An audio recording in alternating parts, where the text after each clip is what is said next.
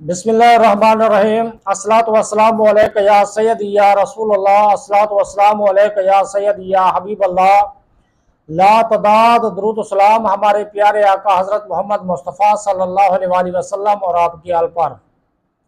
ویور میں مشتاق احمد، آپ دیکھ رہے ہیں یوٹیوب چینل۔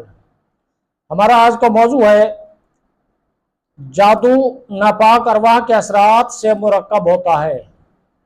جادو ناپاک ارواح کے اثرات سے مرکب ہوتا ہے۔ یہ جادو کے علاج کا نبوی طریقہ، جادو کے علاج کا نبوی طریقہ کے دوسرا پارٹ ہے جو ہم آپ کے ساتھ پیش خدمت کر رہے ہیں۔ جادو ناپاک ارواح کے اثرات سے مرکب ہوتا ہے اور طبعی قوتیں ان کا اثر قبول کر لیتی ہیں۔ بالخصوص اس مقام پر زیادہ اثر ہوتا ہے جہاں جادو کے اثر کی رسائی ہوتی ہے۔ اس لیے جس مقام کے افعال کو جادو کی وجہ سے ضرر پہنچا، اس مقام پر پچھنا لگانا جادو کے ازالے کا نہایت مؤثر طریقہ ہے، بشرطے کہ اس کے لیے مناسب اوقات اور مقامات کا انتخاب کیا جائے۔ بقراط کہتا ہے جن اشیاء کے استفراغ کی ضرورت ہو ان کا استفراغ انہی جگہوں سے ہونا چاہیے جو اس کے مناسب ہوں۔ بعض علماء نے اس واقعے کی وضاحت اس طرح فرمائی ہے کہ رسول اللہ صلی اللہ علیہ وآلہ وسلم کو جب یہ عارضہ ہوا تو آپ کو یہ خیال گزرتا تھا کہ آپ صلی اللہ علیہ وآلہ وسلم نے فلاں کام کر لیا ہے، حالانکہ آپ صلی اللہ علیہ وآلہ وسلم وہ کام نہیں کرتے، آپ صلی اللہ علیہ وآلہ وسلم نے وہ کام نہیں کیا ہوتا تھا۔ چنانچہ آپ صلی اللہ علیہ وآلہ وسلم نے سمجھا کہ اس کا سبب مادہ دمویہ یا کسی دوسرے مادے کا دماغ کی طرف میلان ہوا ہے، جس کا دماغ کے سامنے والے جوف پر غلبہ ہو گیا ہے۔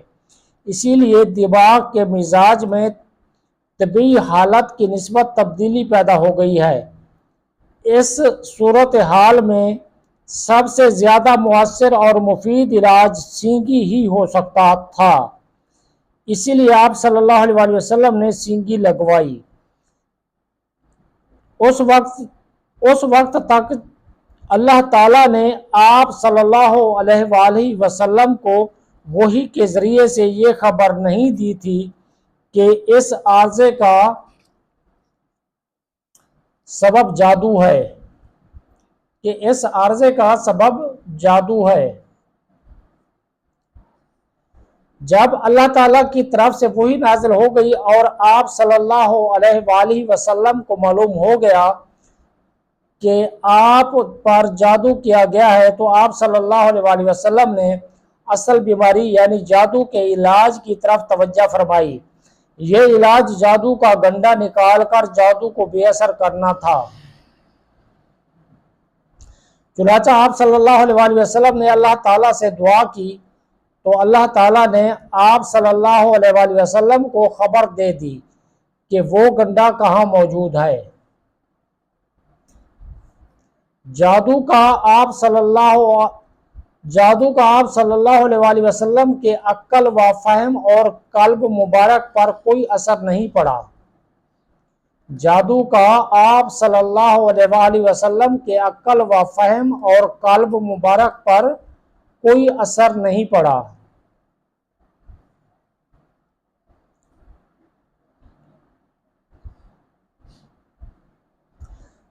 آپ صلی اللہ علیہ وآلہ وسلم نے اسے نکلوایا تو آپ صلی اللہ علیہ وآلہ وسلم کی صحت بحال ہو گئی۔